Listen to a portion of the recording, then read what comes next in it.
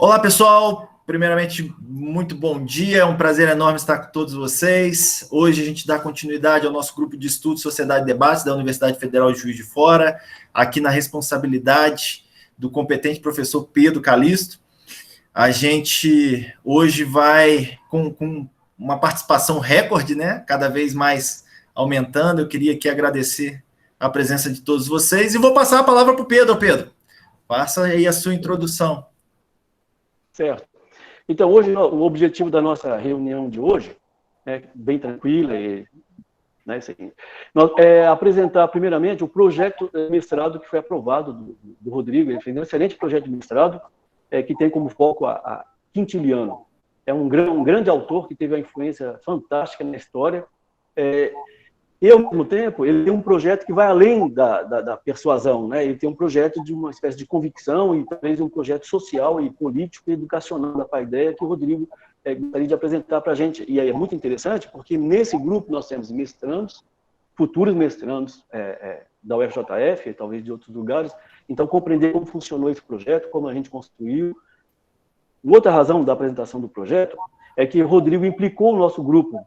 Ele tem uma parte em que ele cita explicitamente esse trabalho, porque nós aprendemos na filosofia conteúdos, mas Rodrigo, na fala inicial que nós não gravamos, ele já mostrou, eu sei conteúdos, mas eu tenho que aprender a expor esses conteúdos, que é aquela grande frase de Aristóteles, né? A verdade pode ser derrotada no debate, então a retórica é essencial. Então, essa sociedade de debate, ela inclui aspectos filosóficos, essa relação com a verdade, e está tentando compreender como funciona a retórica em si, mas sem perder de vista o caráter filosófico, que é o próprio de Quintiliano, de Cícero e de Aristóteles, grandes pensadores da retórica. Num segundo momento, já que foi debatido no grupo WhatsApp que a gente tem, que um aspecto prático seria muito importante, então a gente vai elaborar uma primeira disputar, vamos discutir aqui, né, como um grupo bem democrático mesmo, né? A gente vai discutir aqui o tema que nós discutimos, mas talvez discutir aqui quem apresenta o quê, por quê, né? Quais as referências bibliográficas, porque as disputácios necessitam um embate de ideias, né? O Rodrigo vai falar da armadura de Dendra, né, Rodrigo? Da armadura é importante. Então, num debate em que não é dogmático, ele necessita a apresentação de teses adversas. Então, cada um de nós vai assumir teses adversas. Quem vai discutir, organizar essa primeira disputáção? No segundo momento, depois, se der tempo também, né? Aí eu passaria aqui, eu retorno, na verdade, a palavra ao Rodrigo, para expor o trabalho dele, excelente trabalho. Bom, Eu até ontem à noite eu fiquei bastante preocupado, porque quando o Pedro fez a sugestão da apresentação do projeto de dissertação do mestrado, porque a gente está fazendo um trabalho ao longo desses encontros, né, desde o final do ano passado e do início dessa nova jornada. Eu fiquei bastante preocupado, por quê? Para não dar uma descontinuidade daquilo que a gente estava falando. E porque eu tenho muita preocupação, porque eu tive muita dificuldade com relação a esse tipo de coisa, porque a gente, igual eu falei já expliquei para vocês, a minha parte aqui ficou uma parte mais contextualização histórica e tal, por mais que eu conheça muito, eu leia muito, eu viva as retóricas e tal, é o que eu mais leio, né? Mas eu fico um pouco de medo, porque foi uma dificuldade que eu enfrentei na faculdade de filosofia, porque a gente começa no grego, de repente vai para o contemporâneo, aí volta para o medieval e tal, e existe um salto aí, de fato, entre a gente trabalhou a origem da retórica, depois a sofística em si, aí a gente fez a introdução de Aristóteles, que o Pedro, de uma forma muito didática e brilhante, fala da importância do logos, da importância do etimema, e para aquilo que a gente vai retomar, que eu acho que é o alicerce aí, a primeira obra, né, a mais antiga, pelo menos aqui, que chegou até nós, a arte retórica, e depois a gente indo para Quintiliano, eu fiquei um pouco de medo, então eu vou só fazer um contexto aqui, porque eu acho interessante. Vocês lembram que a retórica ela começa ali onde que é a Sicília, Siracusa, e aí Empédocles, depois os seus discípulos Córax e Lísias, e aí eles vão espalhar aquilo, aí você tem os dois primeiros grandes sofistas, que são Protágoras e Górgias, e aí eles são itinerantes, eles são de outras cidades, eles vão convergir para Atenas, e aí existe um grande fator ali que é importante, fora o comércio, as alianças militares, é a existência do maior, talvez, estadista, eu posso dizer até o maior democrata que já existiu, que é justamente o Péricles, que ele tinha no seu círculo de convivência, de artista a dramaturgos, que não era nome, poetas que eles falavam, seria mais ou menos uma espécie de dramaturgia, porque o termo é poeta, né? Os poetas, tinham os sofistas, tinham os filósofos, todos eles viviam em harmonia em volta daquele grande estadista. E depois aí surgem várias outras, né, e vários conflitos, vem Platão, Sócrates, mas mais Platão e com aquela visão muito crítica aos sofistas. Eu já fiz aqui as minhas ponderações com relação a esse motivo que fizeram com que Platão ele rejeitasse os sofistas, né, sobretudo em razão dos novos ricos. Platão fazia parte de uma elite que já comandava, e aí depois você tem Aristóteles, que é onde é o objeto principal, talvez, desse semestre, que é o estudo mesmo de Aristóteles, e compreender o que ele quis fazer, e ele foi, talvez, eu há muito tempo atrás, quando eu fiz meu primeiro mestrado, que agora estou fazendo outro, mas quando eu fiz mestrado em Direito, com o professor Trogo, eu fui apresentar a Ética a Nicômaco, e aí eu virei para ele no início da aula e falei, porque lá a gente são seminários, a gente tem que apresentar, igual está fazendo aqui. Eu virei e falei, olha, Aristóteles está para a ciência, assim como Jesus Cristo está para a religião católica, Buda para o budismo e assim vai. Porque você não tem como pensar cientificamente sem pensar na sistematização aristotélica, naquilo que Aristóteles ele atualizou do que já vinha e daquilo que ele inovou brilhantemente. E Aristóteles, por mais que fosse crítico aos sofistas, ele tinha uma visão mais ampla e da retórica, pelo menos, ele deu aula de retórica. Então, é aquele negócio, né? Acaba que ele era crítico, mas ele se embebedou da arte, da técnica desses sofistas e deu aula disso. Então ele teve que aprender com alguém, aprendeu com sofistas e ele dava aula daquilo. Dizem que nas horas vagas ele de fato tinha aulas de retórica e depois ele começou a dar aula ainda dentro da academia. Bom, então depois com relação a Aristóteles, só para poder complementar, para que a gente entenda até onde o Quintiliano vai chegar, né, pelo menos no meu projeto. Vocês, no último encontro, eu fiz um resumido para poder o Pedro introduzir os entimemas do que vem a ser a arte retórica mesmo em Aristóteles, que são 3 livros, o Pedro destacou isso na última.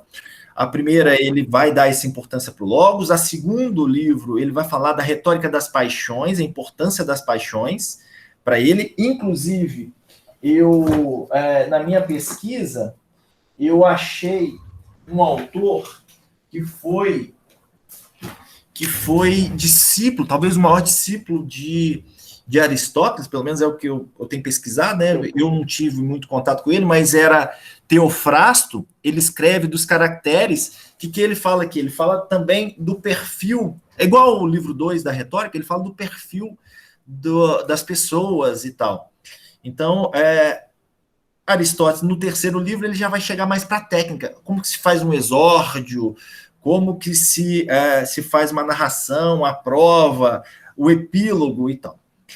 Bom, só para que a gente entenda, naquele momento, para os gregos, e isso é importante para a gente entender Cícero e Quintiliano, para os gregos, você tem ali o que eles chamam de cânones da retórica, que são 5 cânones, mas para os gregos eram 4, pelo menos na retórica de Aristóteles. você tem a invenção, que era o euresis, que é encontrar, você tem a disposição, que é a taxe, você tem a elocução, que é o léxico, e você tinha a hipócrise, hipócrisis, que era a ação. A memória, a mímese, ela não aparece tão forte na arte retórica, mas vai aparecer extremamente importante para os latinos, tá? Que aí ela vai fazer a parte desses 5 cânones. Bom, feito isso, o que a gente tem que entender? Aquele momento, e ele vai fazer uma crítica muito grande ao regime que existia, ao sistema que existia, que era dos oradores, dos setores, que a retórica, aqui eu vou usar como sinônimo de oratória, tá? Porque a retórica para os gregos, oratória para os latinos. Depois vai ter diferenças, mas a gente utiliza nesse primeiro momento clássico como sinônimos. Existiam 3 gêneros, e ele criticava muito os advogados, né? Por quê? Porque ele entendia, ele começa assim na arte retórica, porque ele entendia que todos os professores de retórica naquela época, eles se preocupavam em simplesmente aguçar as emoções, né? O patos, a paixão, patético, era justamente o emocional. E eles não se preocupavam com o logos, e aí que é a introdução dele, que depois a gente vai ver uma repercussão importante, tanto em Cícero quanto em Quintiliano. Então você tem um gênero deliberativo, pensando no futuro, que era nas assembleias, que era o gênero político. Você tem o gênero judicial, que era do passado, que eram os tribunais, o aerópago principalmente, e você tem o gênero epidídico ou panegírico, que era o do dia a dia, do hoje, o que a gente está fazendo aqui agora, era a aula, a exposição e tal. Cada um desses, ele tinha um tempo, né? Então, a retórica ela é influenciada pelo tempo. E eu vi uma passagem também, e eu sempre cito isso, que a retórica também é influenciada pela arquitetura. Eu vi até um autor falando que ela é filha da arquitetura. Por quê? Por exemplo, a Renata, quando a gente vai no tribunal, no júri, ou no tribunal fazer uma sustentação oral, pela pompa, pelo estilo, é uma forma. A retórica aqui agora, que a gente está fazendo online, é outra. Eu não estou vestido com uma beca, não estou eu gesticulo, mas não estou gesticulando tanto, não estou precisando gritar. Uma aula, o meu tom de voz, a frequência e a velocidade da minha voz, ele é uma velocidade que a pessoa possa anotar, é diferente. Né? Quando eu quero falar rápido, é uma estratégia importante para poder não ter um debate, porque a pessoa não consegue me retrucar. Quando eu falo devagar demais, pode dar sono, mas aí chama mais atenção para aquele que está estudando e tal. Então, vai depender muito do gênero. E aí ele vai trabalhar algo desses 3 gêneros do discurso, ou espécies retóricas, ele vai chegar às provas. Isso é importante para a gente chegar depois no que Quintiliano vai falar. Mas só para que vocês entendam, a pistes, né, que o Pedro sempre destacou, mas as provas ou meios de persuasão, vai depender do autor que vocês pegarem, ele vai falar o quê? O que são provas, né? Prova não e às vezes para a gente entender é meio complicado, porque quando a gente pensa prova, a gente já pensa na prova judicial, aquela prova assim, é um documento, é uma testemunha. Não, você tinha ali. Isso também é prova. Mas não é a prova, não é só essa prova especificamente que ele tratava. Ele falava das provas artísticas, que dizem respeito ao discurso, ao orador, que são 3, o ethos, o pathos e o logos, e você tem a prova não técnica, que eu já vou passar a palavra para você, Paulo, que são as leis, o depoimento, os contratos, as declarações, os juramentos. Tá? Então, você tem ali esses meios de persuasão que são articulados na própria locução, na própria lexi, né? No estilo, na hora de falar mesmo, que era... quando eu falo ornato, a gente pensa, enfeite. Não! Ornamento não é enfeite. Tanto é que, quando você pega os poemas antigos, eles falam assim, os barcos, né? As embarcações estavam ornadas com canhões, ou seja, equipada. O ornato, as figuras de linguagens, elas são estratégias importantíssimas para justamente essa prova, esse meio persuasivo. Então, eu vou passar a palavra para o Paulo, depois para o Pedro, para eu já passar, para eu finalizar essa minha parte e já passar ao longo da história. Paulo? Era só uma pequena observação que eu fazer, que eu achei interessante como você citou um outro uso para o termo prova, que eu costumo ver normalmente mais sendo utilizado, tipo, a prova no direito, no caso, né? Você tem um documento que, sei lá, provaria, não sei, qualquer coisa assim, uma negociação, por exemplo, que me viria mais em mente que esse tipo de situação é uma evidência para alguma coisa, enquanto que a prova seria um tipo de demonstração. Você segue alguns passos, aplica algumas regras e você tem um resultado. Então, é interessante essas... que o termo prova, como você usou, me parece que eu associaria mais com o termo evidência, mas parece que no direito é usado mais como prova, né? Não é no direito, não. É no Aristóteles mesmo. Eu tenho um pouco de medo, e agora eu, de fato, não teria como te responder. Por quê? Porque quando eu vou buscar na memória aqui, eu sei que Cícero vai falar alguma coisa sobre evidência, sobretudo sobre verossimilhança. De repente o Pedro teria uma capacidade melhor para poder explicar isso, mas eu sei que ele vai falar alguma coisa sobre isso. Aqui, quando eu falo prova, então, essa é uma dificuldade, e no início do grupo, eu acho que o Pedro vai lembrar, o Pedro até ficava meio assim, não, vamos usar pistas, porque prova eu acho que... porque é uma dificuldade a gente compreender, aquele anacronismo que a gente sempre fala, né? A gente tentar entender a prova hoje com o que era antigamente. O que eu posso te falar é o seguinte, a prova aqui artística é a prova que depende da arte, é um artefato, ou seja, feito com arte. E o que é a arte aqui? São três: o ethos, o pathos e o logos. O que é isso? O ethos é a credibilidade. Eu falei aqui do ethos, do discurso da Renata, da Mariana e do seu, por exemplo. A credibilidade, é o orador. Muitas das vezes, a gente não precisa... Você é mais lógico, até pela matéria que você gosta, estuda. Mas nem tudo eu vou conseguir persuadir com a lógica. Né? Eu estou numa guerra, vou falar, tem que atacar, dar um tiro no cara ali, você vai pensar, não, mas peraí, vou analisar, quem é do direito, né? Fato típico, ilícito, culpável, era uma ordem manifestamente, não, acabo que vou fazer e depois vou ver o que vai dar, entendeu? Então, a credibilidade, sobretudo no discurso, para mim, tá? No discurso militar, ele é muito importante. Por exemplo, a credibilidade, o ethos, é muito importante no discurso religioso, ok? Então, vai depender do momento. O pathos é paixão mesmo, é emocional, é a entranha nossa que vai. Então, tá ligado o pathos ao auditório. Olha só, o ethos é o orador, o pathos ao auditório. E depois, o discurso, você forma a tríade, que você tem o falante, você tem o ouvinte e você tem o assunto. O logos é o assunto. E aí que vem a importância de Aristóteles falar o seguinte: olha, vocês estão legando muito para o pathos, para a paixão, mas isso pode gerar aí problemas.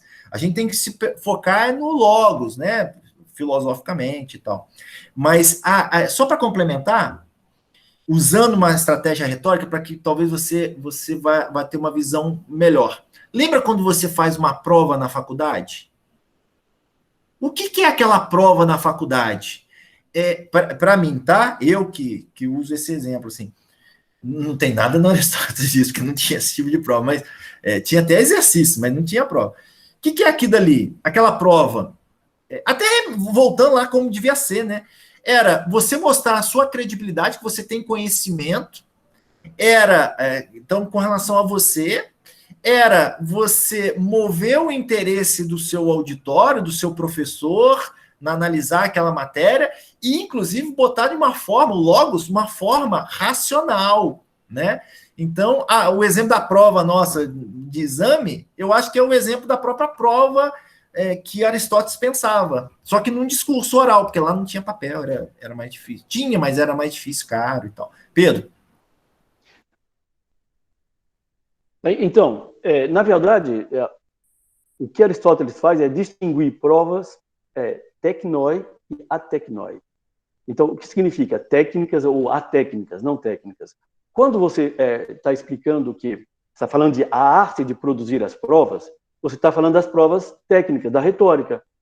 Já quando você diz, tem elementos do direito que eu não vou discutir, são as testemunhas, o que é dado, o fato que os fatos, digamos, as provas às quais você se referia no início, são as provas que Aristóteles considera como a tecnose. É dado num determinado dossiê que você vai tratar, e você tem que pegá-las tais quais. Já a arte, não. Ela faz parte, as tecnoses faz parte da invêncio. Então, é o orador, no momento da invêncio, que vai elaborar o discurso dele e vai trazer essas provas. Né, aí vem essas provas, e ele chama todas elas de pisteis. Pisteis significa o quê? Significa suscetível de trazer no outro uma credibilidade. Aí por isso que eu gostei muito que você enfatizou bastante na sua fala o caráter de crível, né? Da fala do orador. Então, eu tenho que mobilizar, isso depende de cada orador, da competência do orador, do preparo do orador, né?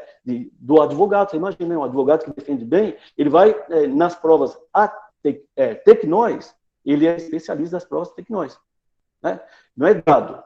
Então, ele desenvolve essa prova. E aí ele pode mexer, tanto como para levar o outro a crer, né?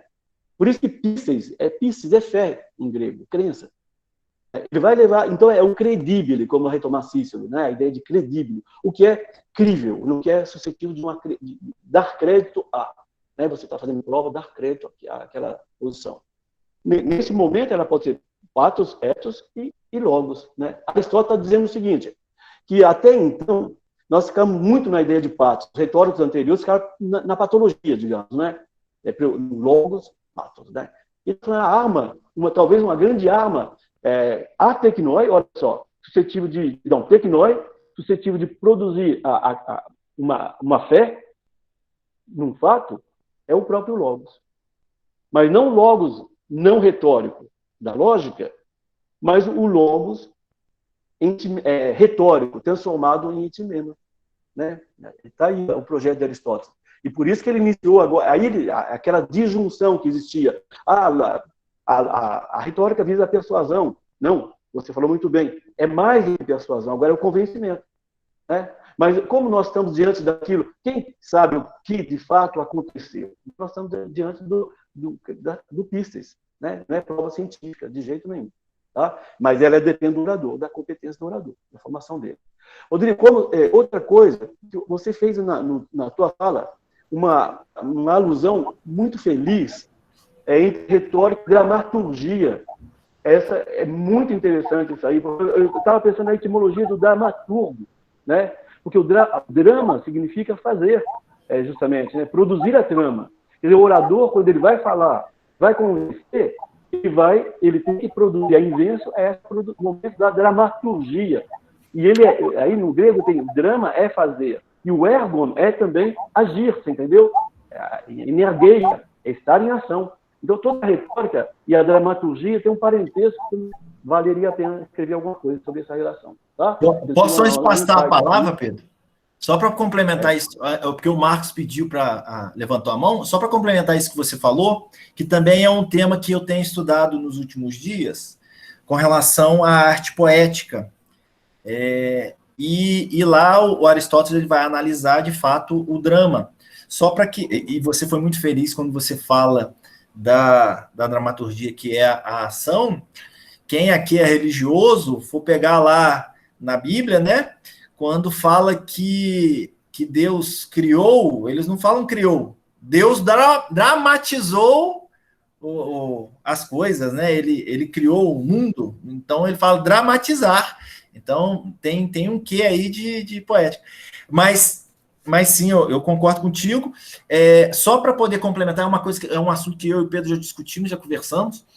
Existem aquelas pessoas que eles colocam na verdade, eles falam que a arte retórica ela estaria no lugar errado. Ela não seria uma obra independente. A arte poética não seriam obras independentes. Elas deveriam estar, todas elas, dentro do órgão, do instrumento, né? Órgão é um instrumento, que é onde Aristóteles vai falar ali da lógica, vai falar da dialética, né? Ele vai trazer ali aquelas noções básicas. Então, todas essas obras, vamos lá, vamos citar quais são, pelo menos, é o que eles defendem. Todos os livros que estão dentro do órgão, né? Não só a refutação sofística, porque fica um pouco incoerente. Poxa, ele está falando de argumentos e tal, né? Ele fala ali das tópicas, depois ele vai falar da refutação sofística, mas a retórica está completamente distinta, estaria fato. Não, então, todos eles, mais a retórica, a poética, a ética Nicômaco. Por quê? Porque todas elas fariam parte da formação de um orador. E depois a gente vai ver com Cícero, tá? Mas sim, a arte poética estaria, inclusive, porque quando você pega na hipócrisis, que é a representação, e a mimese também, que é a imitação, a gente tem que tomar cuidado também, justamente com esse problema do anacronismo, né? Da palavra, a imitação. Me parece que a imitação, você imitar grandes oradores, inclusive imitar ali grandes atores, não seria só imitar, existiria ali uma compreensão diferente. Às vezes a imitação ali pode ser uma inspiração, não só a imitação mesmo, para não ficar aquela coisa muito mecânica, né? Então seria um tema também que a gente teria que trabalhar dentro da retórica, dentro da poética. Então, alguns autores falam isso.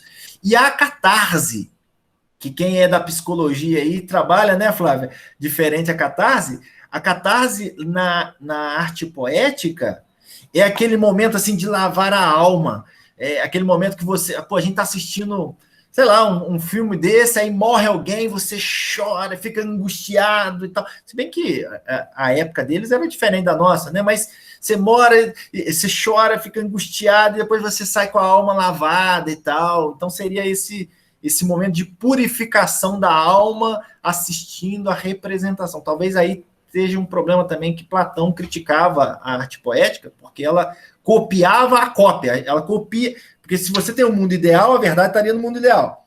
Aí você tem o mundo real aqui que a gente vive, né, das sombras, e aí você começa a enfrentar um problema, porque aqui já está copiando a verdade lá. E aí você ainda tem o drama, a poética, que copia a cópia. Então, assim, aí gerava uma série de problemas, mas Aristóteles, de fato...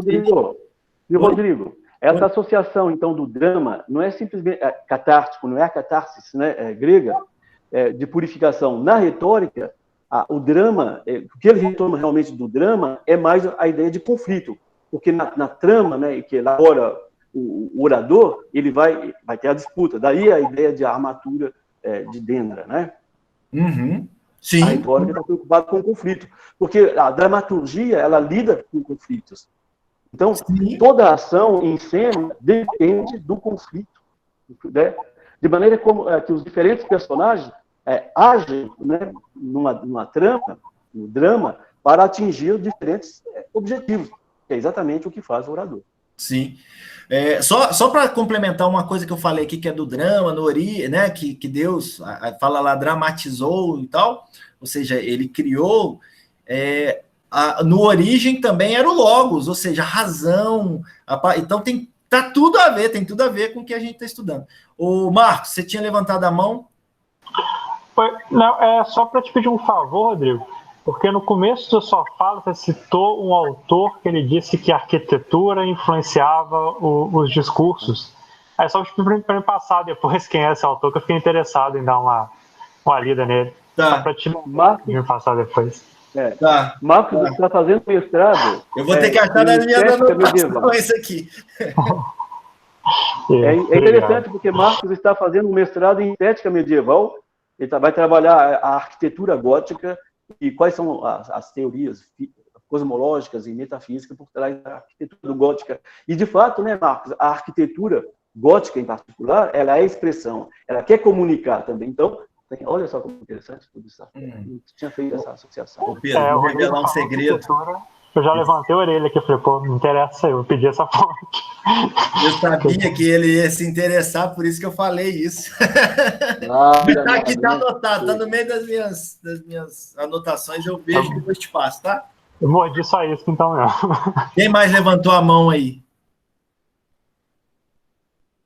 Acho que tem a Isadora e tem o Cássio. Oi, Isadora, levanta, fala, presidente. Oi, é porque durante a sua fala você falou da importância das figuras de linguagem no discurso. E aí, se eu não me engano, as figuras elas eram divididas, né, em figuras verbais e figuras do pensamento, ou figuras mentais. As figuras verbais, elas são meio óbvias, né, para mim, pelo menos, que é a elipse, o polissímetro, etc. Mas eu tenho uma certa dificuldade em interpretar as figuras mentais no discurso, como que elas impactam no discurso. Eu sei que elas têm uma origem na invência, mas eu acho um pouco complicado, porque eu comecei a ler Quintiliano agora, e aparentemente ele demonstra que, assim, eu não sei, por isso que eu estou falando para você tirar a minha dúvida, porque você sabe mais. Aparentemente ele fala que as figuras, elas são utilizadas em um discurso sem adorno. E aí eu queria entender mais como que as figuras mentais, elas são utilizadas em um discurso, porque o adorno eu entendi como ornamento, estilo, esplendor, e aí eu queria entender como que se dá essa eu achei um pouco confuso, essa relação das figuras com... Tá, deixa eu ir estripando a sua argumentação, que ela foi muito boa e importantíssima para a gente. Primeiro, antes, porque quando eu for trabalhar aqui Quintiliano, você tem que saber o seguinte, Isadora, existem duas escolas básicas lá. Na verdade, alguns dizem que são 3, mas basicamente são 2, porque Cícero já vai discutir com relação a isso. Você tem a escola ática, que era um discurso objetivo, bem ciceroniano. Por mais que Cícero fale assim, o meu é mais autônomo aqui, eu seria um meio termo e tal. Mas ática, objetivo, ponto. O discurso do Paulo Vitor, o discurso da Mariana, objetivo. E você tem o asiático. Não é asiático de japonês, não. É da região ali, asiática da Grécia, tá? Mais ao leste, né? Norte, sul, leste, ao leste ali da Grécia. O asiático é o que usa muita figura de linguagem. É aqueles, assim, que embelezam muito o discurso. Então, o que você tem que saber a princípio, porque depois a gente vai aprofundar mais, tá, Isadora? Mas é o seguinte, como o Quintiliano ele retoma a educação ciceroniana, e para ele Cícero era ático, ele critica os asiáticos, ele critica aquele discurso com muito cheio de figura de linguagem, muito bonito, muito cheio de coisa, quando que o discurso tem que ser mais objetivo, né? Qual os que tendem a butere Catilina paciência nostra, ou seja, até quando abusarás da nossa paciência, Catilina, ou seja, o cara foi objetivo, olha o exórdio dele no Catilinárias, né, de Cícero. Então, é mais objetivo. Então, primeiro é essa questão, ele critica porque era uma escola que existia. Existe um outro problema também de Quintiliano, depois a gente vai ver, mas porque ele tinha ele criticava muito o sistema de retórico de Sêneca, então existia ali meio que um conflitozinho entre, né, o que Quintiliano queria e Sêneca, então ele criticava muito ali o estoicismo e tal. Mas, só para a questão das figuras, então, primeiro você tem que entender isso, ele queria que fosse um discurso objetivo, sem figuras de linguagens ao extremo e tal, poderia até usar, mas sem ao extremo. E o outro, tanto uma quanto outra, aí a gente vai ter que ir com calma, já que você está lendo Quintiliano, você vai ver no próprio Quintiliano, depois eu te passo qual é o livro que me parece que é o 11, 2, 1, tá? Mas eu vou confirmar que ele vai falar de regras mnemônicas, de memória. O que isso quer dizer? Qual que era a importância aí? Então, é o 11, 2, 1. Para a instituição oratória do Quintiliano, ele falava o seguinte: a retórica, ela se baseia na memória. Teve uma vez que eu postei no grupo, eu não lembro se foi semestre passado ou nesse semestre, a importância da memória para a oratória. Me parece que ele defende que ela seria a rainha da oratória, seria a memória, tá? Mas o que ele vai falar? Ele baseia a retórica na memória por duas razões. Primeiro, o pensamento, Isadora, ele só existe com a imagem, tá? Toda vez que você pensa alguma coisa, você, ainda que tenha conversa interna, você cria imagem no cérebro, ok? E segundo, a memória, ela inclui a imaginação. Olha que coisa importante. Primeiro você quando está utilizando uma figura de linguagem, quanto mais vívido, mais dramático, né? Quanto mais representado e criado mesmo o que você vai falar, mais importante é para a sua retórica. Lembra quando a gente usa aqui, que é um termo criado por mim e pelo Pedro, que a retórica é a panóplia de Dendra. O que é isso? É uma armadura, cara. Então, imagina a armadura. Poxa, ela é amoral. Ela é utilizada para o bem ou para o mal. Pouco importa. Quem vai depender... Para a retórica. O que vai depender e o que o Quintiliano vai defender é o seguinte: o ensino, a educação do orador, o orador perfeito, é que vai fazer o bom uso. Então, ele só vai ser orador perfeito se ele for vir bônus de 100 de perito, ou seja, homem bom perito na arte de falar. Ou seja, a retórica pode ser usada para o mal, Paulo Vitor? Pode, com as falácias, né? As refutações sofísticas lá, eu sou crítico a isso, mas com as falácias. Ela pode ser usada para o mal? Pode. Por quê? Porque ela é amoral. Agora, o orador, o indivíduo, a subjetividade, já entrando no meu tema, né? É o que é o importante. Deu para entender? Então, primeiro, quando eu for falar, a minha memória, ela vai ser uma imagem na minha cabeça. E segundo, quando eu crio, imagina, vocês já imaginaram o que é a panóplia de Dendra. Vocês já imaginaram uma armadura. Ainda que não seja a panóplia mesmo, você vai imaginar uma armadura medieval, por exemplo, que não era, mas... Entendeu? Então, eu crio uma imagem na sua cabeça. Você nunca mais vai esquecer. Igual quando eu falei, o exemplo, o conceito de metáfora é o cavalo de Troia. Você nunca mais vai esquecer que metáfora é o cavalo de Troia. Ou seja, eu supero a sua parte crítica, a sua parte racional, colocando a sua parte emocional dentro da sua muralha, porque a parte racional é uma muralha. Eu ponho dentro dela o quê?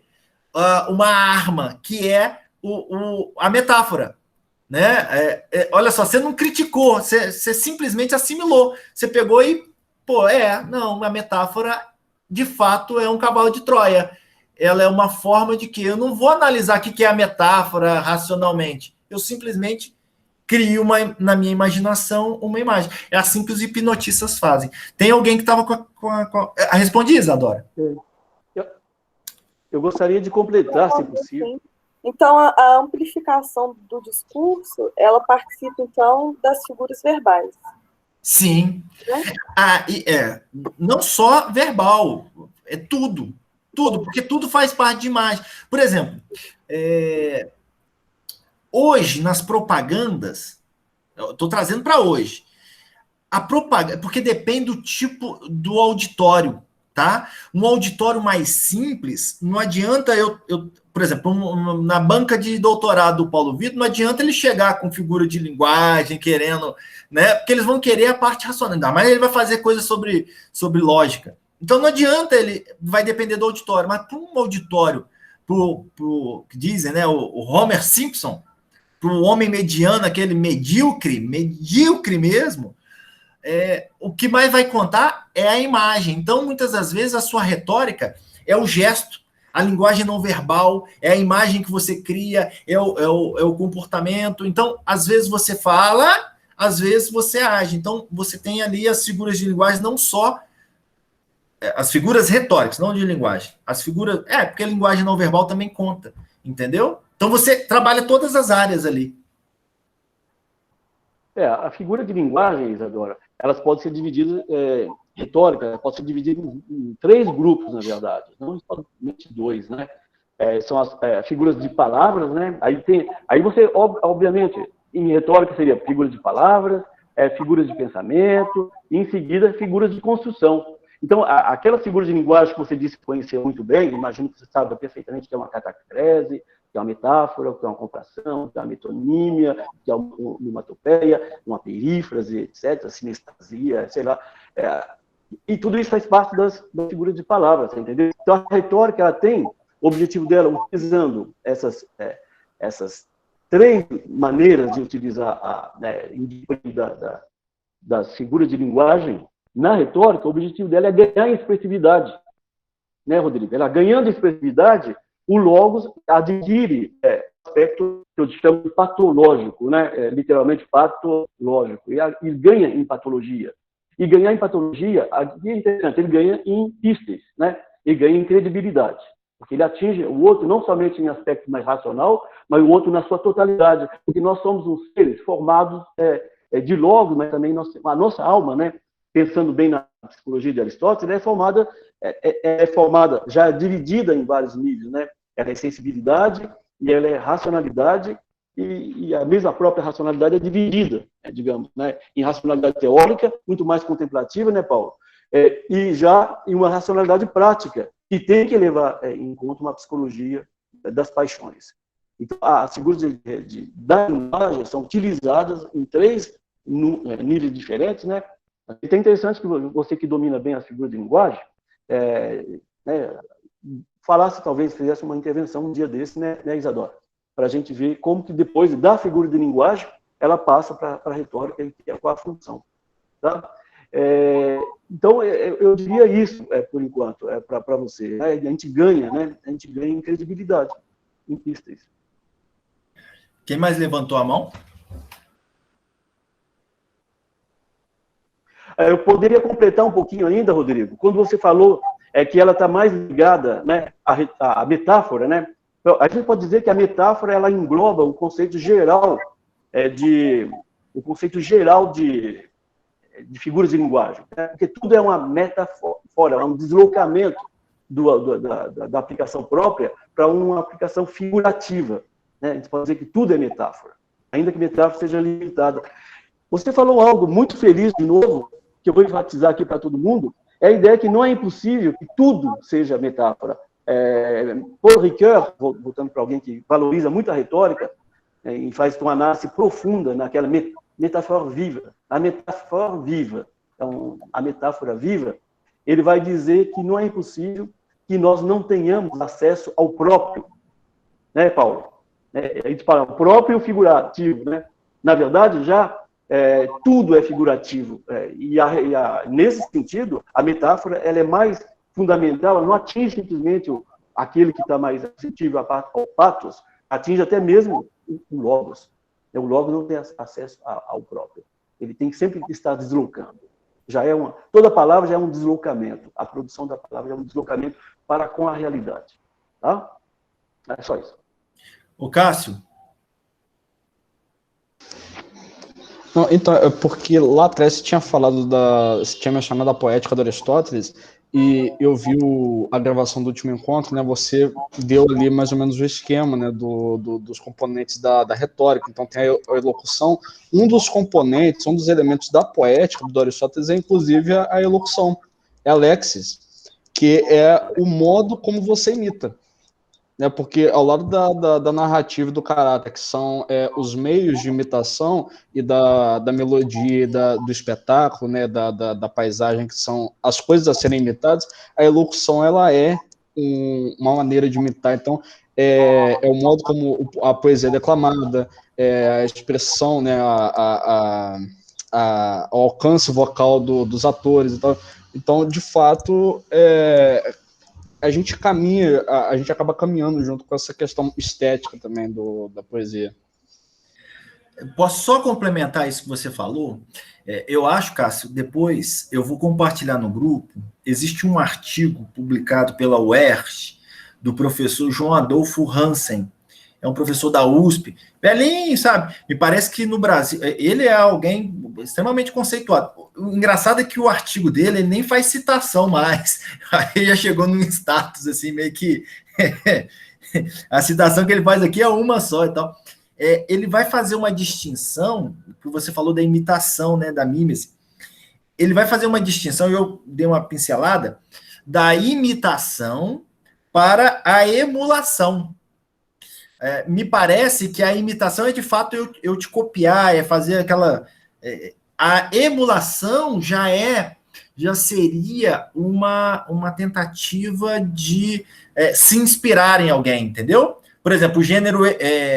o próprio, na arte retórica, vai falar da imitação, né? Então, por isso que eles vão discutir isso. Seria imitar de verdade, ou seria se inspirar e, ao mesmo tempo, colocar ali as suas características? Porque você não tem como copiar de fato. O máximo que poderia copiar seria uma câmera filmadora ou uma fotografia, né? Então, mas mesmo assim não copia a realidade como um todo. Vem aquelas discussões bem mais metafísicas, mas o que eu queria falar é o seguinte, que ele faz essa citação, e até para o Marcos também. Marcos, eu acho, eu não tenho certeza, não, eu vou procurar aqui, mas eu acho que quando ele fala... eu acho que é ele mesmo que fala que a retórica é a filha da arquitetura. Eu vou ver direitinho onde está anotado, é um desses meus alfarrábios aqui, mas aí eu te passo, tá? Quem mais? Isabela, tá com a mão levantada. Sim, Rodrigo. Com relação à memória que vocês estavam falando com a Isadora, na pesquisa que eu fiz sobre o Quintiliano, eu anotei por livros os temas que ele fala. E pela pesquisa que eu fiz, a memória estaria no livro 12, onde ele fala que ela é a guardiã da eloquência, que seria a retórica. Entendeu? E no também... Último. É no último livro, então. No livro 12. Uhum. E também nessa pesquisa que eu fiz, fala que hoje tem ocorrido um resgate dessa retórica antiga, superando um tecnicismo que estaria acontecendo logo anteriormente, né, a esse resgate. E com relação a essa questão da emulação, de se inspirar em alguém, pela pesquisa que eu fiz, estaria no livro 10. E com relação também a falar que a retórica seria filha da arquitetura, eu também anotei aqui na minha pesquisa que o Quintiliano teria falado isso no livro 3. Excelente. Sabe que eu vou rever esse vídeo para poder fazer a minha dissertação, hein? Então, e eu achei interessante também nas figuras de linguagem, que ele teria falado nos livros 8 e 9, da hipotipose, que seria muito utilizada no júri, né, que, inclusive, você trabalha com júri, teria essa questão da criação de imagens na cabeça do público, né, que seria um contraponto com a questão dos slides, que estão sendo muito utilizados hoje em dia, que não permite essa criação mental das imagens na cabeça das pessoas, né? Já está tudo pronto ali para as pessoas verem. Isso. Bem, tá pesquisando, hein, Rodrigo? Estou falando que esse grupo é bom. Esse grupo sensacional. Então, assim, já está respondido aí, ó. Qual que é o livro que tem a arquitetura? É o 3?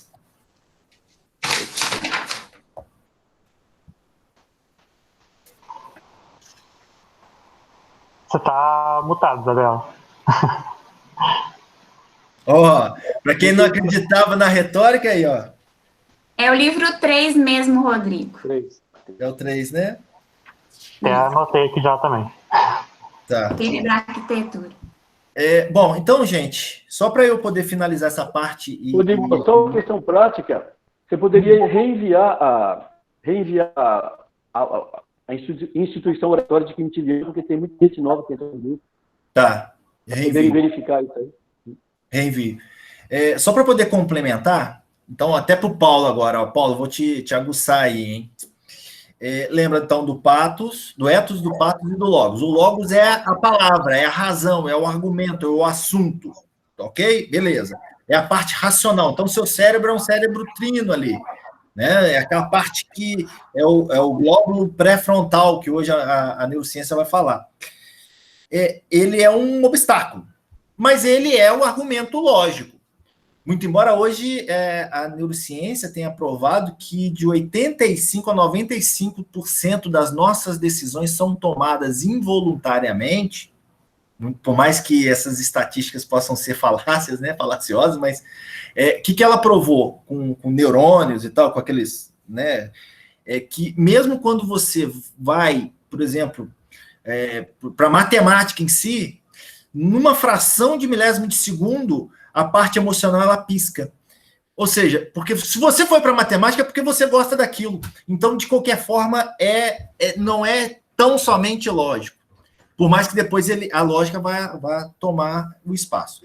Não, até mesmo na lógica, assim, às vezes você vê o argumento, você vê que é válido, mas não se sente convencido. Tipo, pronto. Porque às vezes falta a credibilidade do orador. Entendeu? Às vezes a paixão também não foi capaz de... Que aí vai... porque eu vou antecipando. São 3 os objetivos do orador. Tá? Movere... docere... Docere, que é ensinar de docente. Deleitar, fazer com que as pessoas gostem. E movere. Alguns falam comovere, mas é movere. Ou seja, são 3 os objetivos ali. Às vezes, o meu argumento é maravilhoso, só que eu não convenço. Às vezes, o meu argumento é esdrúxulo e eu faço com que toda uma nação aniquile, e aí que vem um grande problema, uma das críticas, né? Por isso, o Isadora, Renata, quem é do direito aqui, por isso a teoria da argumentação, ela veio com Perelman e outros, né? Ela veio contrapor aquela lógica pura, positivada, positivista e tal. Você pega um Hitler da vida com um argumento, vou matar esse povo. Cara, coisa mais louca, mas por que eles fizeram? Nada, não fizeram nada, porque eles são judeus, ou são gays, ou são negros, ou são latinos, ou são o que for, vão matar, são inimigos, vão matar. Está matando o povo todo, e aí, né, você pega... Por quê? Um argumento, porque eles são contra a gente, bem na lógica, você não, né, poxa, tá, tudo bem, tem um argumento lógico, mas e aquela questão que diz, né, o que é importante, que diz respeito da própria retórica, da possibilidade de ouvir o outro, né, de trazer, o outro trazer o argumento, não, peraí, não me mata não, porque tá, eu vou embora, ou não, eu não fiz nada contra você. Então, aí vem a grande crítica, porque quando você sobrepõe muito a lógica no direito, estou falando do direito, não da filosofia, sobrepõe muito a lógica e deixa de lado a humanitas, que depois os latinos vão falar muito disso, né, a própria instituição oratória fala da humanitas, quando você deixa o humano de lado, você pode ter aberrações, pelo menos é a crítica da filosofia do direito, da nosso campo, não da filosofia. Provavelmente o Pedro vai ter uma outra concepção. Mas para a gente hoje, a argumentação ela é muito importante. Então a gente traz a argumentação. Então, Hitler, por exemplo, era um excelente orador. A gente não tem dúvida, né? Mas usava para o mal.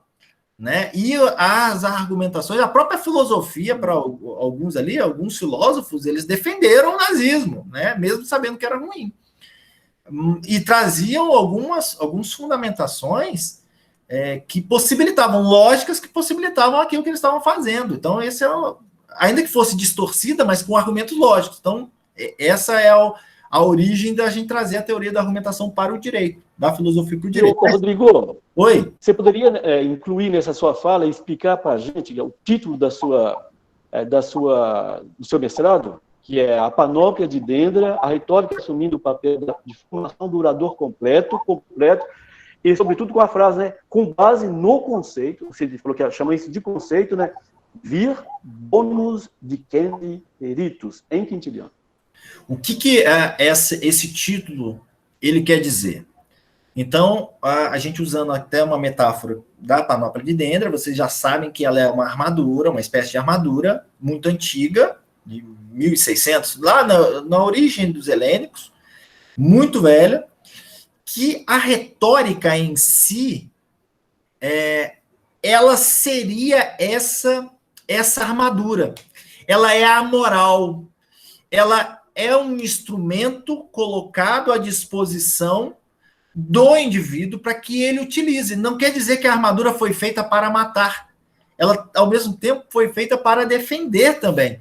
Então, essa é a grande questão e a característica que a gente está fazendo, que é a crítica, porque a instituição oratória do Quintiliano, mais do que qualquer outra, ela é um grande tratado, o maior tratado que se tem, extremamente influente até hoje. Eu mandei para o Pedro, inclusive, ali, Bach, discutindo, né? Bach criava as músicas através de uma instituição oratória, com os requisitos, com as técnicas da instituição oratória. Outro, depois eu mando para vocês, porque tem um aqui que vai falar sobre arte, então eu acho que é interessante. Outro, Martinho Lutero, ele lia 2 livros. Era a Bíblia de um lado e a instituição oratória do outro. E assim, várias outras pessoas extremamente importantes. No prefácio, já na introdução do livro, o tradutor ele já cita algumas pessoas proeminentes, alguns filósofos, teatrólogos e tal. Então, a panóplia, qual que é a grande questão? E foi até uma coisa que eu e o Pedro ontem gerou uma dúvida, que era o quê? Poxa, mas se o projeto educacional do Quintiliano era o quê? Era formar o orador, o cidadão perfeito era o orador perfeito, o perfeito orador. Esse conceito de panóplia de Dendra, né, essa metáfora, ele estaria colocado por terra. Por quê? Porque se você tem que ser o homem, o vir bonus dicende peritos, ou seja, o homem bom, perito na arte de falar, então a retórica tem que ser boa. Porque, inclusive, Quintiliano defende que a retórica ela é superior à filosofia. Por quê? Porque ela é utilizada por todas as ciências, ela não é subordinada a nenhuma, mas todas as ciências elas irão precisar da retórica, porque você é sempre para o outro, é sempre para passar para a coletividade, para o universo e tal. Bom, qual que é a grande questão ali? E que eu pretendo trabalhar melhor, é que a retórica é amoral, ela é um instrumento. Agora, a educação retórica leva em consideração a subjetividade, o indivíduo. Então, o indivíduo tem que ser esse orador o perfeito, né? Esse doctum oratori, que era do próprio Cícero, que era o doutor em oratória, que era a pessoa... E olha que coisa interessante, para passar a palavra para quem levantou a mão.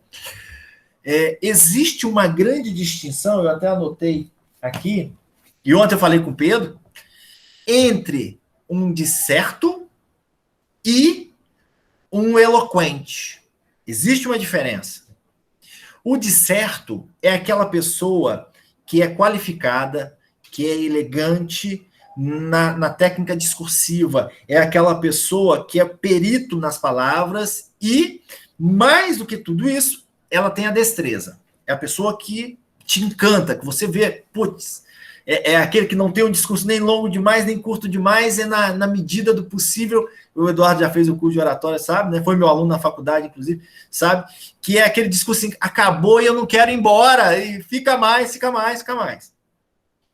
Enquanto que, olha só, o eloquente, diferentemente do discerto, ele é aquela pessoa que tem todas essas capacidades, só que ele também vai dizer coisas dignas e sempre pautado na verdade. Então, o eloquente é aquele que ele tem a dignidade e a verdade como alicerce daquilo que ele vai falar. Existe um orador, o Antônio Orador, que é muito antigo, ele fala o seguinte, já havia visto muitos discertos, mas nada eloquente. Ou seja, ele fala o seguinte, olha, as pessoas naquele âmbito, até complementando aquilo que a Isadora perguntou, naquela época, e o problema era, você tinha a utilização indevida da retórica, e isso fez com que o próprio Quintiliano fizesse essa crítica e falasse o seguinte, olha, eu vou pegar da criancinha até a final da vida, e eu vou formar o cidadão perfeito, o orador perfeito. Eu vou passar a palavra para o Roger, que está com a mão levantada há mais tempo. Roger. Não, Rodrigo, podia passar primeiro ali para o Pedro Calixto e para o Cássio, né, Isabela. Gosto sempre de ouvir para depois poder me manifestar, mas é porque... não, são só 2 observações, né? Primeiro, eu gosto de ficar pegando no seu pé, né, Rodrigo? Mas você vai me desculpar, mas primeiro é o seguinte, na sua observação, no seu exemplo, eu acho que talvez fosse até, assim, recomendável, né, que a gente evitasse alguns exemplos em relação à questão da retórica, etc. e tal, porque eu não estou em absoluto defendendo, né? Ninguém me lê dessa forma, porque seria até um absurdo. Mas falar sobre a questão retórica de Hitler, né? Sobre o seu discurso, principalmente sobre a questão do extermínio, etc. e tal, né? Demanda um conhecimento mais aprofundado, né? do que aconteceu realmente, e até dos próprios discursos de Hitler, né? Do que uma visão mais popular, né? Você compreende? É que a sua colocação, na verdade, dissemina uma ideia popular, né? De que Hitler, inclusive, se manifestava diretamente sobre a questão do extermínio judeu, o que, na verdade, não aconteceu, né? Faz parte da ideologia, né, naquele momento, da ideologia, inclusive, andou paralela à ideologia nazista, a questão do antissemitismo, isso inequivocamente, óbvio, né, claro, né, diante do fato da questão da mortandade, né, que aconteceu, né, do genocídio que aconteceu. Mas manifestações, né, inclusive em termos de discurso retórico, de Hitler, no sentido, né, de colocar, né, a população alemã para praticar o genocídio, não se deu, né? Então, não que não fosse política do regime, volto a dizer, não que não fosse política do regime, não que não tenha acontecido, não é nada disso. É que usar nesse sentido, né, trabalhar essa ideia dessa forma é muito perigoso, né? É preciso ter um conhecimento um pouco mais aprofundado aí até, para que a gente não cometa uma injustiça, né, que é histórica, contra Hitler e seus discursos. Bom, no outro aspecto, né, Rodrigo, que eu gostaria de indagar você é o seguinte, a gente já tocou nesse ponto várias vezes, né? Mas como faz parte da sua tese, né, eu vou voltar a ele, né? A retórica como uma armadura, perfeito, né? Mas se nós dissermos que ela é amoral, né, ela aparentemente, né, não tem nós poderíamos incorrer naquele problema, né, naquele vício, né, de tentar dizer que a retórica não tem nenhuma ligação com o conhecimento em si, né? Porque se nós imaginarmos que o conhecimento deve nos dirigir, né, ao bem, né, uma ideia socratiana, né, platônica, o conhecimento nos leva ao bem, né? Então, de alguma forma, isso também, a questão moral, né, está envolvida, né, já que o moros, né, a nossa conduta no mundo, etc. e tal, também deve se ajustar dessa forma, né? Então, nesse sentido que eu acredito que o autor menciona, que a retórica talvez esteja até acima da filosofia, porque a retórica conta com esse aspecto, ou seja, que nós devemos seguir aquilo que a filosofia se propõe, né? Numa visão mais aprimorada da retórica, né? A grande indagação que fica é essa, né? A retórica, né? Tem ou não tem um vínculo com a verdade? Tem ou não tem um vínculo com, né, o conhecimento que leva à verdade, né? Porque se ela não tem um vínculo com a verdade, né, de alguma forma, que é uma colocação que o Calixto, inclusive, já fez em outras ocasiões, se ela não tem um vínculo, então ela termina até numa degradação, numa decadência, ela termina por se tornar um mero apanágio, né? Então, termina por se tornar apenas um embelezamento do discurso, né?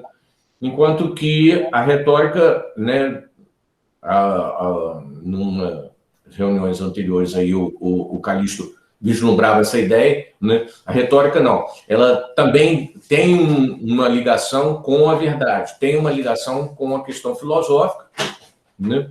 E que, portanto, né, ela se dirige para a verdade, né? A indagação maior que eu gostaria que você fizesse na sua tese, né, aí no seu trabalho de dissertação, é se a retórica, né, se dirige para a verdade ou se ela constrói a verdade, né?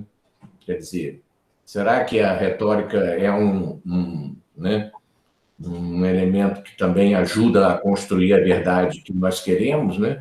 Aí agora quem vai retornar Hitler sou eu, né? Será que um discurso hitlerista feito daquela forma não estava construindo para aquele povo uma verdade, né? Ah, não, mas é porque a verdade era ruim.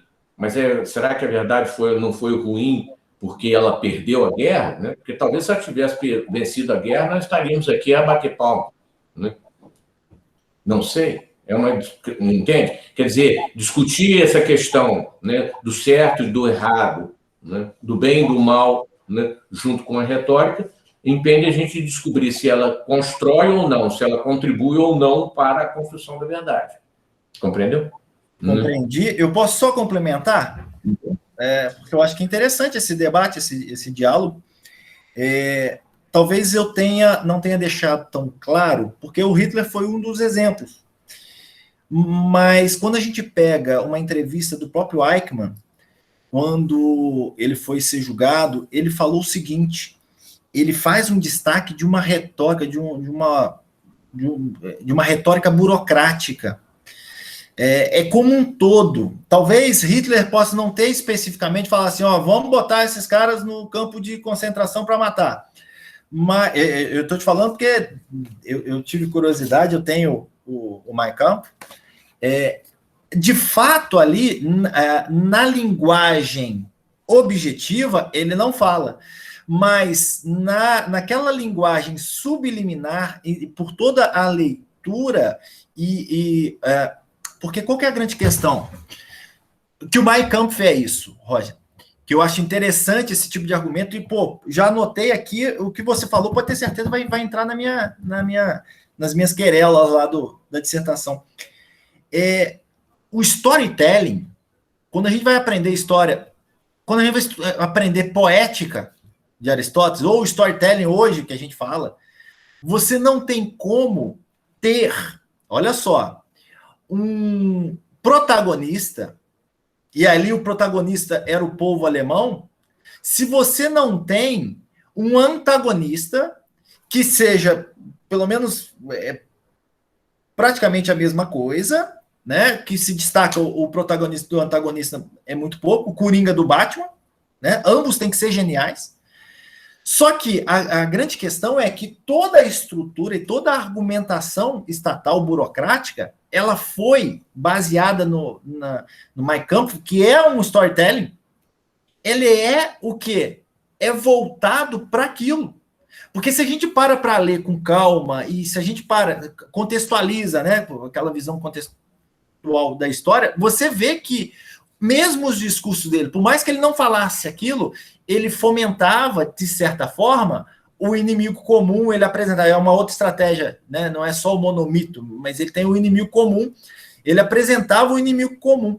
Só de curiosidade, depois se você quiser procurar, todas as histórias, todos os filmes, Roger, depois eu te mando, que eu tenho isso anotado também, todas as histórias, todos os filmes, eles não passam de 6 estratégias. Alguns dizem até que são 3 histórias só. Você muda os personagens, o enredo ali, mas a história mesmo seria a mesma. Seria sempre uma forma de contar, ou 2 formas de contar. Uma delas é do inimigo. Então, essa foi a primeira coisa. E eu gostei muito do que você falou, por quê? Com relação à retórica, até para poder fazer uma reflexão aqui, o Pedro já está com a mão, deve estar coçando até para responder, mas com relação ao bem ligado à retórica. Na minha ideia, a proposta era uma proposta educacional, era uma proposta humanitas, que eles até utilizam o termo gravitas romana. O que é isso? De gravidade mesmo, de peso romano, ou seja, a virtude romana era a proposta da instituição oratória. A retórica em si, para mim, ela continua, mesmo quintiliano, por mais que ele fale que ela é a mais importante, ela é um instrumento da educação, porque ali é um tratado de educação. Essa é a grande questão. Por quê? Porque se a gente pensar, a retórica elas tem que estar voltada para o bem, ela está ligada ao bem, olha só o problema. Se ela tem essa ligação imanente com o bem, como que eu posso usá-la para o mal? Aí que vem a grande questão, porque algo que é essencialmente bem, eu não consigo usar para o mal, cara.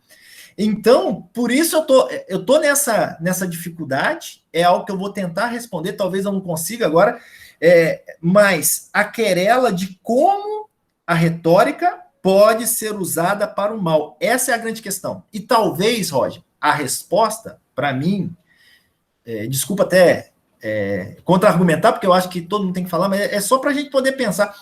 Para mim, a resposta seria que eu não posso substantivar também a retórica. O que é isso?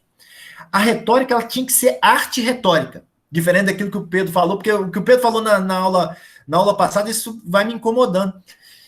Porque quando eu adjetivo a retórica, né, eu permito que a retórica não seja uma única retórica.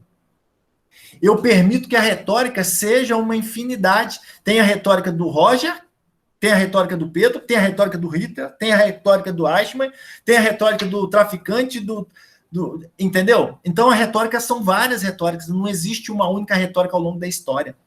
Então, eu acho que talvez é justamente a pluralidade que ela tem que ser um instrumento. Pedro, para você.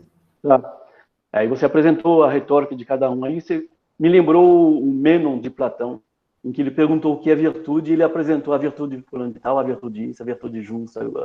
Ele apresentou exemplos e não deu uma definição. Enfim, eu acho que o teu trabalho vai exigir uma definição, sim, tá? Bem distinguir o que é a arte, né, a técnica retórica da retórica e da oratória, tá, Rodrigo? Mas aqui, ó, o Rodrigo, agora a gente está trabalhando junto, né, nesse mestrado aí, e eu vou fazer, Roger, eu vou fazer o advogado do diabo, advogado do diabolista. O Rodrigo falou amoral, Roger. Ele não falou imoral.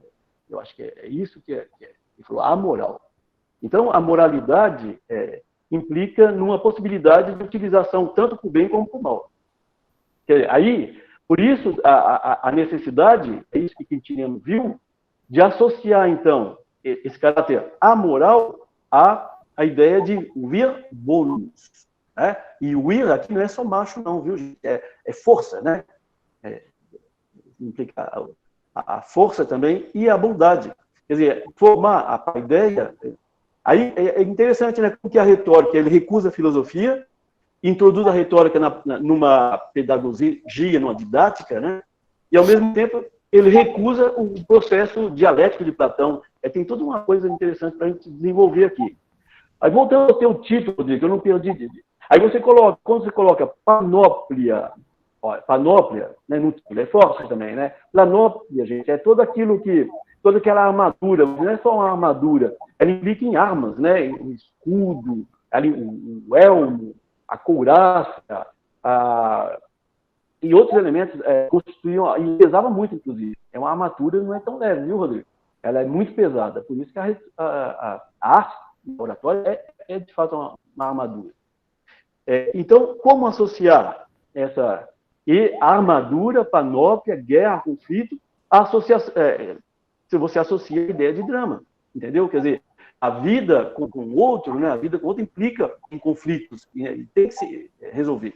Aí, como associar isso à ideia de Will Bones? Eu estou pensando aqui, Rodrigo, tá? São intuições. Eu conheço um grupo muito bem de pessoas boas, né, que eu conheci na França, e num ritual simples assim, você pergunta qual é o grande inimigo seu. Eles perguntam, qual é o inimigo? Tá? Qual é o inimigo? Aí você fala, seu inimigo é sempre o outro, né? Aí ele te mostra o espelho. Não é impossível que essa armadura, ela não é simplesmente para proteger contra o outro, é proteger si mesmo contra o mal, né? Contra o mal que pode nos habitar. Então, toda a formação, a ideia que propõe Quintiliano, é uma armadura para proteger nos combates, mas ela em vista do bem, mas para isso você tem que se tornar bom. Então, a armadura vem primeiramente para proteger. É aquilo que Rousseau também escreve na pedagogia dele, quer dizer, nós temos que aprender que o homem nasce bom, entendeu? Então, a armadura, ela tende a proteger você contra o mal. Então, é dar instrumento, armar alguém contra o mal que pode te habitar. Talvez eu caminharia em direção dessa associação do título, né, porque panóplia, armadura, guerra, aí dá a ideia de imoral, tudo isso, mas quem sabe não. Quem sabe pode interiorizar na educação, gente, a interiorização de valores. Então, a armadura vai de fato, está dando eco. A armadura vai nos fortalecer contra isso. Esse perigo que nos habita. Agora, peraí, o Cássio. Então, Rodrigo, eu fiquei meio na dúvida, porque isso se complementar a fala do Calixto, porque a ideia da panóplia, né, de ser uma armadura, parece mais ou menos que o sexto empírico reage aos acadêmicos, né, que dizem que não, a retórica é sempre ruim, né, ela vai te levar a trair a sua pátria, a trair as leis. Ele diz, não, a retórica é como a arte do pugilismo, né, não quer dizer que você, sabendo o pugilismo, você vai bater no seu pai e você vai se voltar contra a sua pátria. Isso se deve à sua própria desonestidade, à sua própria podridão. Mas me pareceu que no começo, ela, como você usou o termo amoral, ela era moral, ela estava fora desse tipo de juízo, né, de ser uma coisa que tendia a um bem ou que tendia a um mal, né, a uma prática má. Mas agora parece que ela torceu e ela parece que vai de neutra a boa, porque tem a possibilidade de você ensinar, né? É mais ou menos como parece que é a intenção do Schopenhauer nos estratagemas, que ele tinha falado assim, as pessoas vão ser sacanas com você na hora de discutir, então você vai se armar com isso para você proteger a verdade. Então eu queria entender como é que eu acabei me perdendo um pouco, porque eu achei muito interessante essa concepção. Eu faço complemento à questão do Cássio e o que o Pedro está comentando, né? Não, concordo no sentido que a retórica não seja imoral. Porque aí, se nós afirmarmos que ela é imoral, aí ficou completamente... Né? Aí está absolutamente incorreto. Né? A moral realmente dentro dessa perspectiva, ou seja, que ela não está ligada a nenhum lado. Né? Ela tem ela está nessa zona neutra, como menciona o Cássio. Mas se nós, inclusive, admitirmos que ela é um elemento de educação, né? Ninguém faz educação para o mal. Né? Uma armadura, né? Então, todo cara de armadura, né, Rosa? Vai levando, faz com que... eu tenho uma arma. É como eu vou usá-la. Inclusive, exatamente. Rodrigo, você pode associar essa ideia de organona, instrumento. Inclusive... Aquela ideia que a gente vai colocar a retórica no organone de Aristóteles. Quero fazer aí uma comparação, né? Se é para falar de armas e etc., né? Que é uma ideia antiga, inclusive, né? É que as armas, né? Embora utilizadas tanto para o mal como para o bem, porque ela pode ser utilizada no sentido da defesa, na defesa, inclusive, da própria verdade, na defesa do bem, etc. Então, ela também pode ser usada para, né, a defesa do mal, né, e para, né, a construção do mal, e tal. Mas uma ideia que é antiga, inclusive, né, que vem mitologicamente, metaforicamente, né? Muitas vezes você faz referência ao escudo da verdade, né? A espada da justiça, né? Que, ou seja, é atrelando a ideia da arma, né? ao bem, né? Quer dizer, né? São as espadas da luz. O homem parece construir mitologicamente, metaforicamente, né? Uma ligação da arma com o propósito de se direcionar à verdade, né? Eu prefiro falar a verdade do que o bem, né? Porque, como diz lá, né, Nietzsche, né, só o que se faz por amor está para além do bem e do mal, né? Então, eu prefiro falar mais sobre a questão da verdade ou do amor, né, no sentido de se dirigir para ele, do que propriamente se dirigir para o bem ou para o mal, porque o bem e o mal são duas ideias que me parecem meio subjetivas demais. Mas, metaforicamente, o homem termina por conectar a ideia da arma com a defesa, inclusive, do que há de melhor, né, para o ser humano. Então, e essa ideia do Cássio aí, dou pleno apoio, né, Cássio? Ou seja, se é para educar, educa-se para o bem, né? Educa-se para a verdade, né? E, portanto, se a retórica tem uma função educativa, ela também está, então, ligada à verdade, né? Mas é só uma observação. Só para poder responder as duas colocações, ok, assimilei, gostei, vai me ajudar muito, só que a gente tem que pensar o seguinte, e corre um risco também, de não abraçarmos um anacronismo do que a gente tem concepção hoje de educação para o que era no Império Romano. Porque o meu projeto aqui é uma educação, é uma análise de Quintiliano no Império Romano. Lembrando que, naquela época, Roma só foi Roma por causa dos seus guerreiros. A gente não pode esquecer disso. Era uma sociedade voltada para uma educação, principalmente uma educação guerreira. Só para que complemente o que a gente está falando,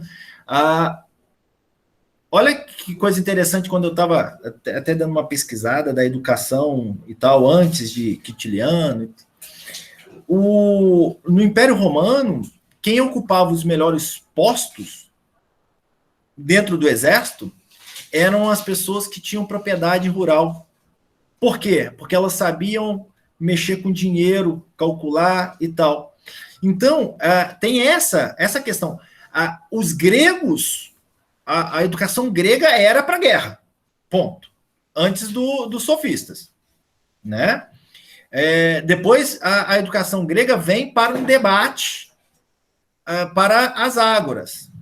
Os romanos, a mesma coisa. Eles tinham uma educação militar que era importantíssima para eles. Então, talvez aí eu não tenha explicado bem. Então, onde que eu me inspirei? O Cássio até, ele cita o Schopenhauer. Eu tenho o mesmo livro em 3 versões distintas. E eu peguei só uma passagem aqui que eu acho que é interessante para quem tem contato com os 38 estratagemas, a dialética erística. O Schopenhauer, ele vai falar na página 9 o seguinte. Olha o problema, tá? Eu tenho anotado também, eu não sei em qual livro, depois eu teria que procurar com um pouco mais de cuidado, que ele fala numa disputa de espadachim. Ele vai falar um negócio de disputa de espadachim, eu não vou achar aqui agora, mas uma passagem que é fácil de eu achar, porque ela está grifada no meu livro, ela diz o seguinte, olha só, como em qualquer disputa, lembrando que a erística aqui, a dialética erística é para a disputa. A retórica não é só para a disputa, mas ela se mostra muito na disputa, no debate, igual a gente está fazendo aqui agora. Como em qualquer disputa, em uma discussão, o que está em ação não é o desejo pela verdade, mas o desejo pelo poder. Isso é Schopenhauer falando. Aí que vem o problema.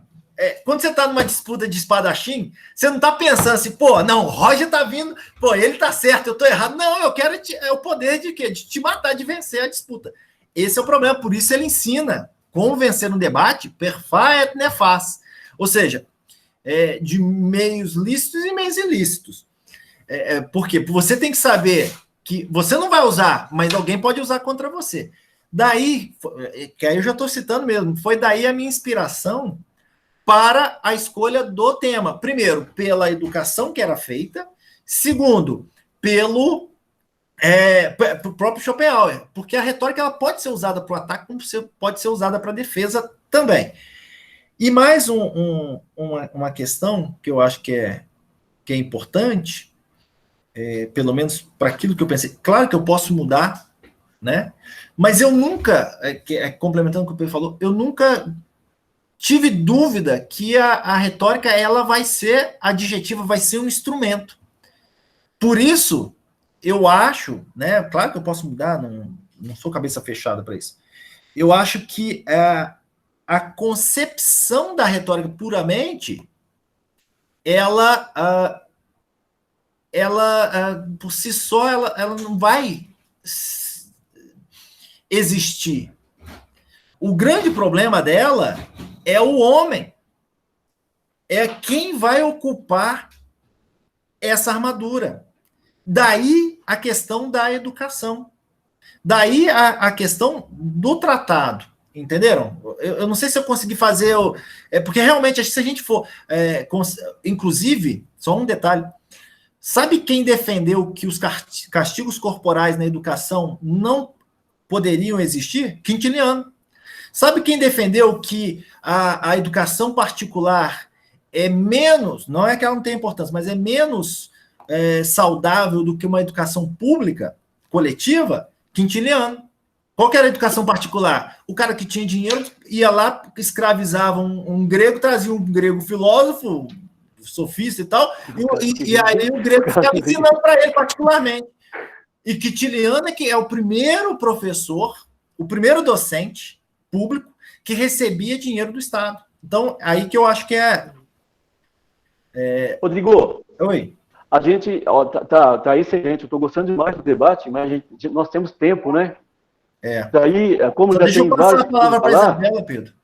Tem a palavra da Isabela, tem o Paulo, que eu gostaria também de ouvir. E depois a gente tem que falar rapidinho de como fazer a divisão, né, Roger? Eu não falei com você ainda. A divisão da disputácio, né? Marcar a data. Isabela, por favor.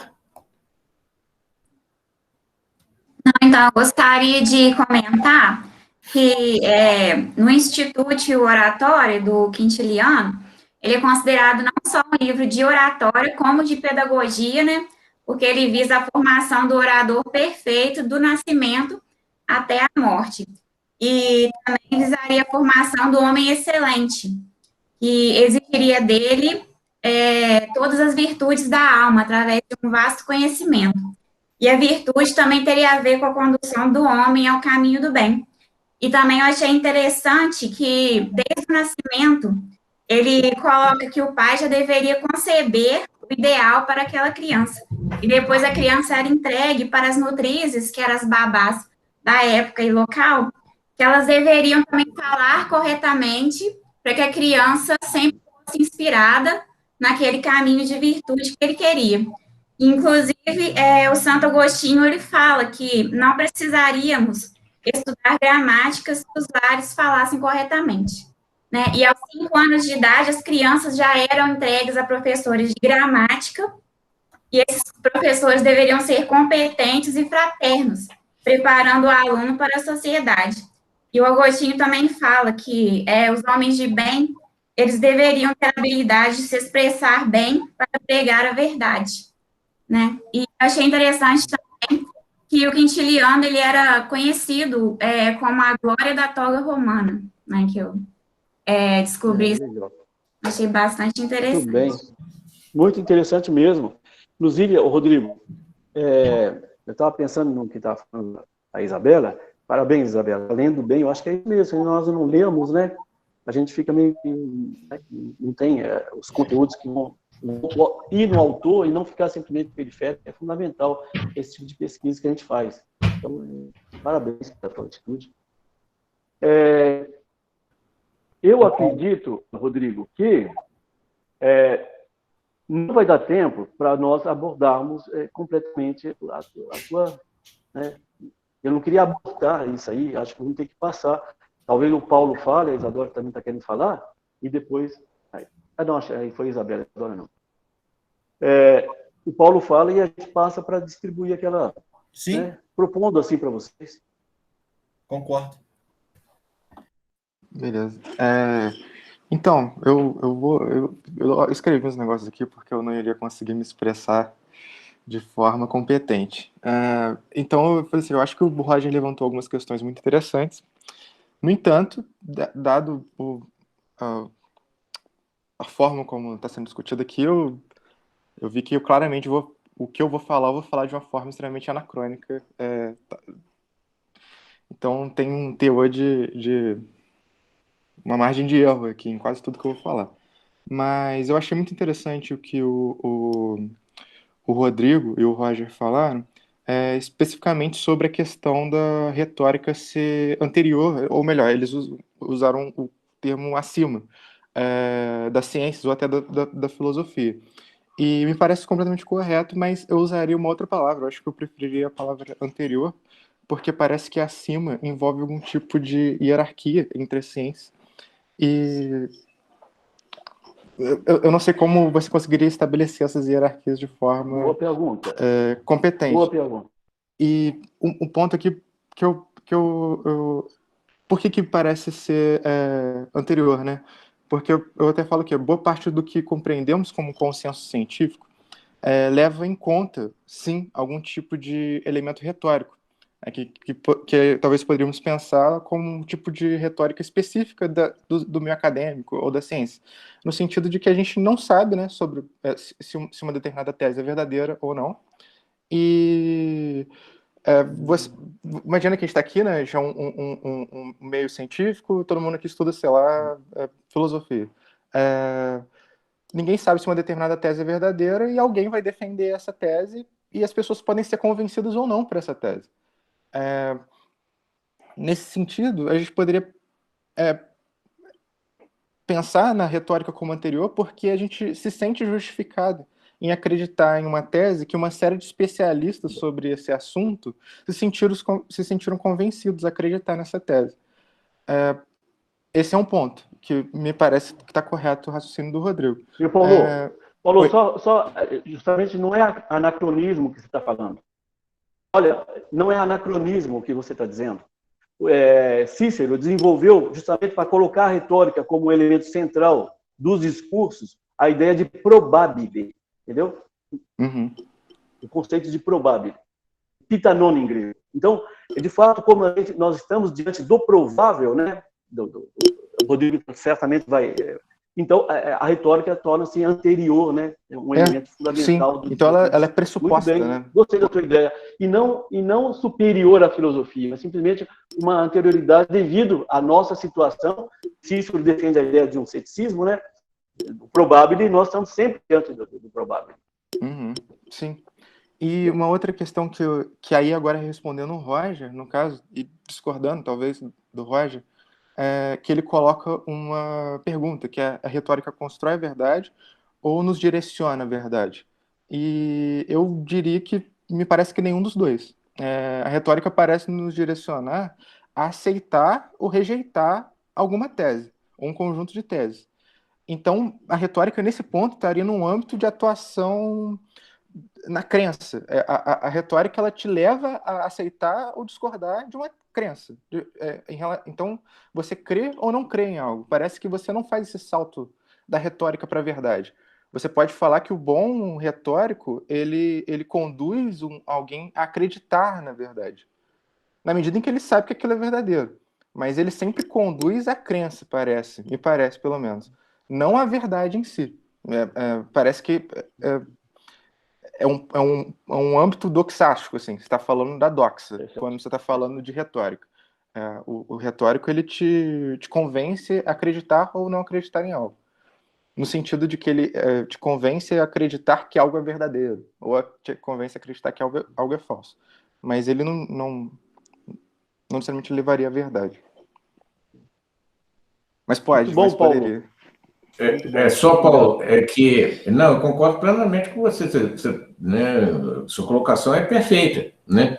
É só que a gente aí vai tocar num problema filosófico que é da maior profundidade, talvez possível, né? É de indagar o que é a verdade, né?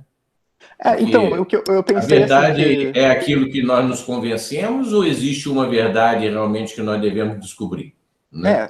Então, foi uma boa observação sua. E daí eu acrescentaria, está aí o nosso debate, está aí a introdução ao nosso debate, a nossa primeira disputa. Conceito de verdade? Eu assistirei com a maior curiosidade possível. Né? Vou levar, né, inclusive, meu baldinho de pipoca para o dia. Né? Posso só complementar o Paulo? Não. Me parece, Roger, que o Paulo ele trouxe, até para passar para a Isadora e tal, não vou falar muito, mas parece que ele trouxe aquela concepção epistemológica de verdade enquanto uma crença verdadeira e justificada. Me parece que ele já trouxe esse conceito para a própria fala.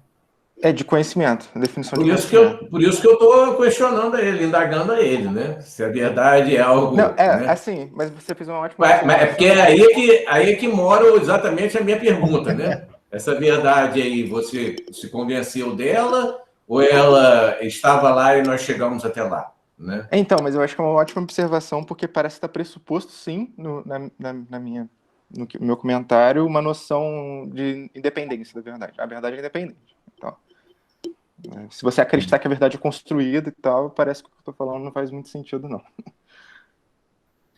Isadora? Oi, então, vou fazer uma observação rapidinho, porque você tocou em 2 pontos. Você falou de Lutero e você deu exemplo, né, de Lutero, e aí você falou que a retórica ela era vista essencialmente, ela possuía um quê essencial em direção à verdade, ela direcionava essencialmente a verdade.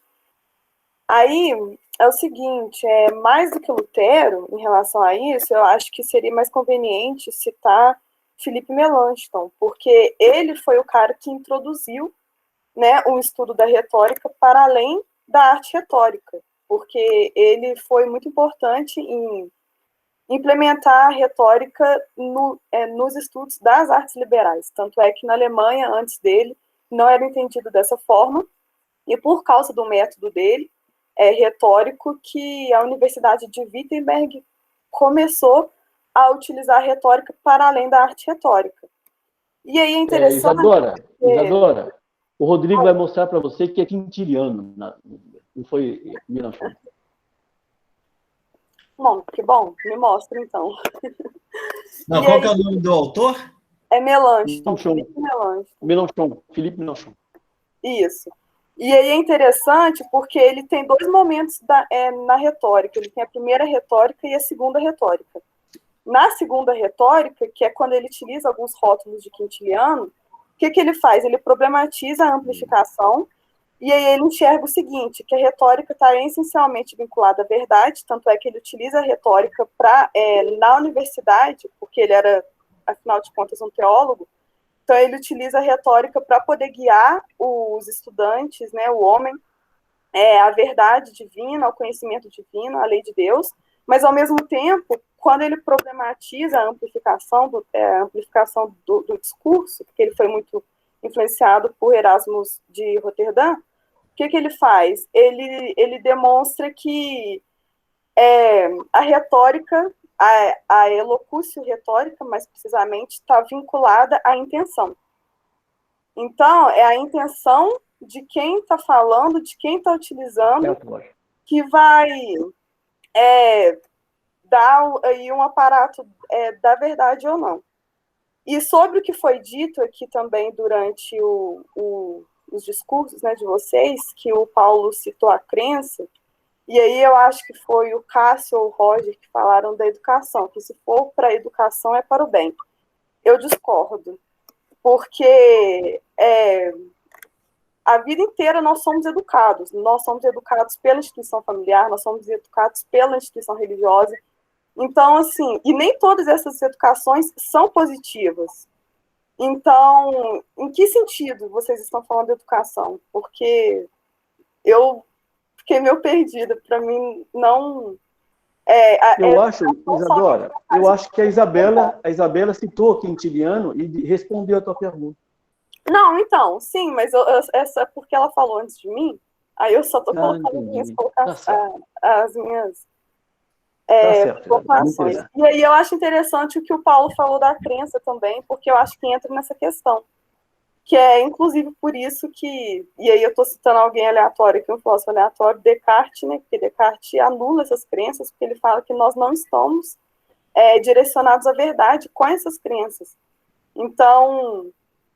ao longo, né, da nossa educação, enfim, que eu falei que nós somos corriqueiramente educados, essas crenças, elas são implantadas veementemente em nós. Então, basta a gente separar o que a questão para mim é essa, separar a crença da verdade, e aí chega onde o Roger colocou, que é a verdade. Né? Se a gente é capaz de separar a crença da verdade, e a partir dessa separação, se nós podemos, de fato, chegar à verdade. Excelente. Grande questão. Mas perceberam aí que a gente está caminhando para disputar-se. Não dá tempo mais de discutirmos. Eu acho que a gente poderia falar no grupo depois. Sim. Falar no grupo e decidir quem vai fazer o quê. Eu já percebi aqui para onde cada um está caminhando. Deixar disputar-se para a gente discutir no grupo. Já são 12 horas. Bom, gente, então, finalizando aqui a nossa apresentação, queria agradecer o Roger, Eduardo, Paulo Vitor, Isadora, Maristela, Cássio, Isabela, quem mais está faltando? Tem muita gente. Mariana, Pedro, Renata e eu. Então, eu vou finalizar a transmissão. Muito obrigado e... como dizem, né, os youtubers, curtam, compartilhem, comentem, se inscrevam no canal. Um abraço.